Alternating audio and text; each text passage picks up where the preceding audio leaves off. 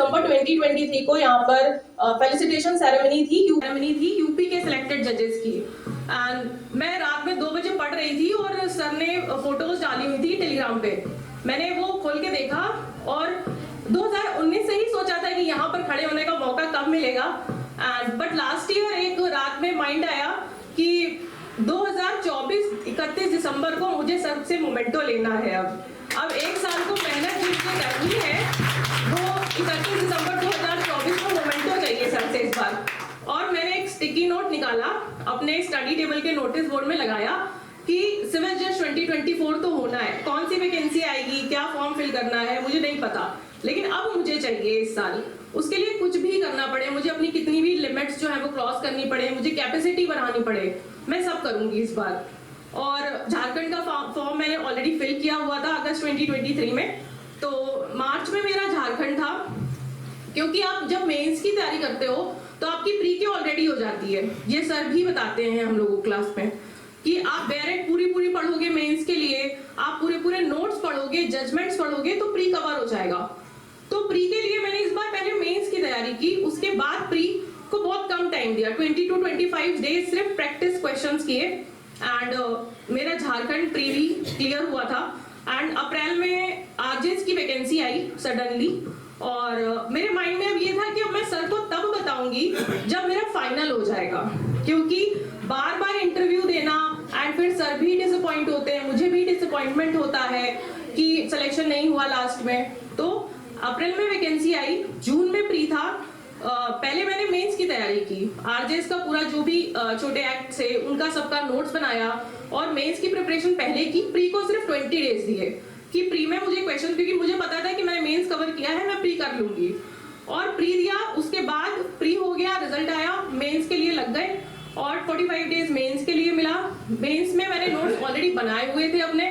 मैंने 2 तरह के नोट्स बनाए थे, एक मेरे पूरे लॉन्ग नोट्स जो थे वो थे, और एक जो स्मॉल लास्ट रिवीजन नोट्स थे वो थे। तो मैंने उन 45 डेज में सिर्फ अपने उन शॉर्ट नोट्स को रिवाइज किया है 2-3 घंटे और पूरे दिन लिखा है बैठ के।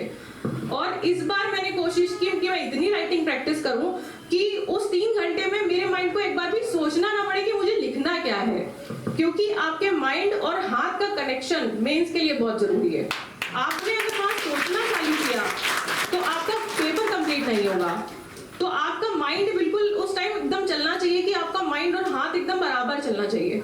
और मेंस दिया, हो गया, फिर इंटरव्यू हो गया, 27 अक्टूबर को रिजल्ट आया।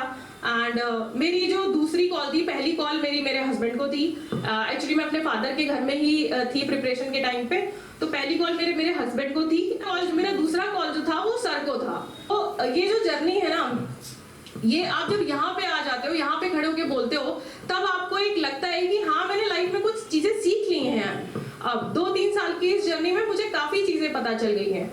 और वहां पे अभी आप बैठे हो, आपको लगता होगा कि बहुत मुश्किल है सिलेक्शन लेना, बट आप अगर वो बातें रिलीजियसली फॉलो करो जो सर बोल रहे हैं, डिसिप्लिन जरूरी है, हार्डवर्क जरूरी है, कंसिस्टेंसी बहुत जरूरी है। The most important thing is consistency.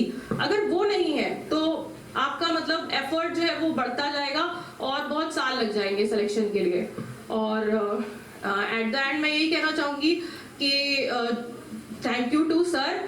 आपने मुझे मौका दिया है कि मैं फिर से अपने सपने को पूरा कर पा रही हूँ, आपसे मोमेंटो ले पा रही हूँ एंड यहाँ पे खड़े होकर आप लोगों को कुछ गाइडेंस दे पा रही हूँ। ऑल द पर्सन्स जो मेरे इस जर्नी में सपोर्टिव रहे हैं, और best of luck to all the students. आप लोग अपने टेस्ट अच्छे से दीजिए, मेंस के टेस्ट बिल्कुल रिलीजियसली दीजिए। ये मत सोचिए कि आप कोचिंग का टेस्ट दे रहे हैं, क्योंकि यही टेस्ट आपकी परफॉर्मेंस को बेटर करने हैं। और मैं एक बात और बताना चाहूंगी कि जब मेरे टेस्ट में नंबर कम आते थे तो मैं अरविंद भैया का बहुत दिमाग खाती थी और मैं सर का भी मतलब बोलती थी जाके। वैसे मुझे सर से बहुत डर लगता है, लेकिन मैं पूछती थी सर मेरी गलती कहाँ पे है, तो एक्सप्लेन करते थे सर कि आपने ऐसे नहीं लिखा है, इसमें ये लिखना चाहिए। एंड अपना रिवीजन इज अ मस्ट, बैरेक्ट्स अच्छे से रिवाइज करिए, और जो सर आपको गाइडेंस देंगे वो अच्छी ही देंगे, मैं क्या ही बता पाऊंगी।